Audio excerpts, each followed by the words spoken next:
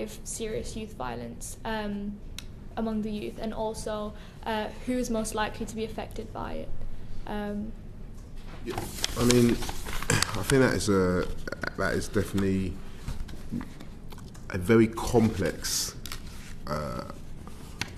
question to answer, because there are multiple things which we could say drives youth violence. I think we've got to look at poverty being one issue. When we look at the areas which have been impacted by violence affecting young people, it tends to be some of the poorer areas in the country. But there's also other things which we often don't want to talk about because it's hard to put a face to some of these things. So when we talk about austerity and we talk about how the youth sector organisations has been kind of absolutely ripped apart in terms of funding, we have to look at over the last 10 to 15 years, when we look at actually there is no youth centres around. There is the youth workers. I was a learning mentor back in 2003. There was lots of learning mentors. Now that is not something which is as apparent.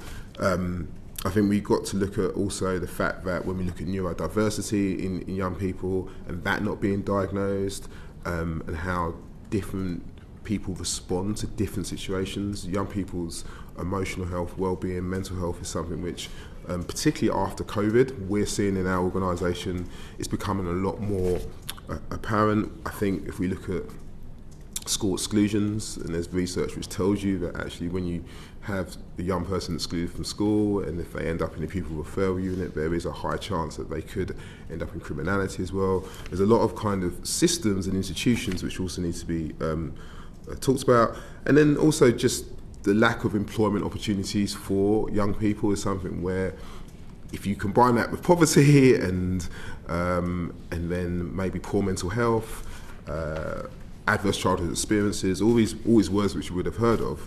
But I think it's actually quite interesting when that's maybe from an adult's perspective, but when you actually look at what young people are saying, and it's interesting that you talk about the Youth Endowment Fund and what they've come out with.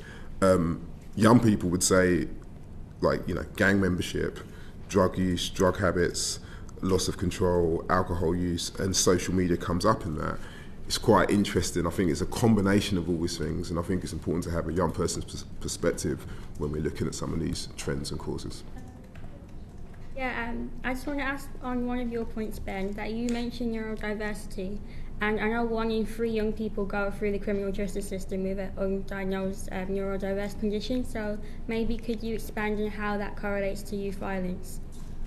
Yeah, I suppose in the experience of the work we do at Power to Fight, if we just take the school setting, for example, our experience, it tends to be when ADHD or autism is not diagnosed, there tends to be a correlation between what some people would deem as bad behaviour, and therefore what we can also know and tell is that some bad behaviour can then lead to consequences and detentions and then maybe exclusions.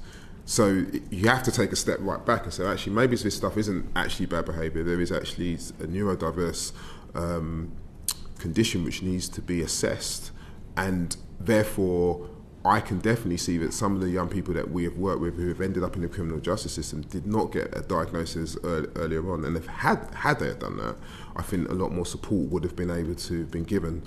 So that's probably one of those examples. But then also, I've seen it with the police as well, that because a young person may have ADHD, how they then respond in those situations where there's panic and fear. And I think we have to talk about fear. I think there's a lot of misconception that every young person who has a knife is in a gang or, are out for criminality.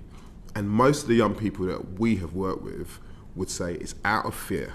I am scared from going from my house to school, and I will rather take my chance for protection than anything else. And that may seem weird for most of us in this room, but that is what we're talking about. It is a lot of fear and anxiety. And sometimes when I talk to adults about this, I say, have we never done anything silly when we are fearful or we're scared? And everybody says yes, and I said, well, here we go. So I think the neurodiversity thing is the fact that it's not easy to get assessments. If you go private, that's £2,000 to get an ADHD assessment. And then we know that NHS waiting lists for that type of assessment is long. So there's a period of time where there's a lot of young people who could be falling through the system simply because they're not being assessed and being given the right support. If I could just jump in, because I think that is a really, really good point. I think there's another side, which is about how accessible and the speed of social media. So yes, there are dedicated accounts, and we can talk about social media companies allowing certain accounts to have the freedom to have that content. But there's something about also real-time situations and real-time violence, which becomes accessible to everyone and all young people. So I'll give you a quick example. A few years ago, a young person we worked with lost their life to knife crime. And at the time, I was leading a camp in Norwich, but this happened in London. There was 8,000 young people in Norwich, 1,000 of them were from London, but when this person lost their life, it was caught on Snapchat. And then what then happened was that everyone in London, or everyone in Norwich from London, saw all this stuff on Snapchat. So the speed of what was going on went 200 miles, and then we had a safeguarding issue in Norwich. So it isn't just about the content, it's also, we are now seeing real-time people losing their lives, trying to, people who were trying to save lives. All that content is coming out because of the speed of access. So it is about the content, but it's also what we are now being able to access in a way we weren't 20 years ago. On the Youth Endowment Fund website, they mention how, to do with algorithms, how only 6% of the young people who came across violent content did so intentionally, and 50% cited seeing it via someone else's profile or feed. How do you think that, and what is your opinion on how algorithms and unsolicited and unwanted violent content on young people's social media and online could be combated, or what do you think that we could do? Yeah, again, it's a really big question, and it's an important one. I mean, I think there's probably two main ways I would look at this. One, there does need to be a lot more regulation with social media companies on how the content is getting into the hands of young people. And I think it's a great point about the algorithms. Like, there are ways that I'm sure you can beat it, but it's really tricky. There's times when I've seen it with my own children. They are watching a YouTube video about football, and then the next thing what comes up is something which has got nothing to do with FIFA or anything like that. So it's kind of like, it is odd how that works. So I think first of all, there has to be social media companies need to be held to account that this is the impact, and so that's important. I think then the second thing is, and something which we also do at Power to Fight, there's this education piece for parent and carers as well.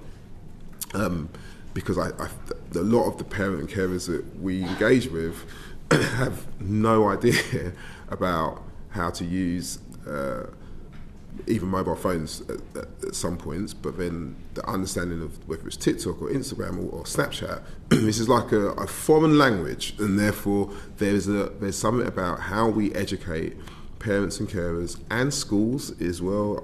I work in lots of schools, and even the mobile phone policies vary from school to school. Some schools are like, oh, you can have them in your pocket. Other schools, it's completely locked away until home time.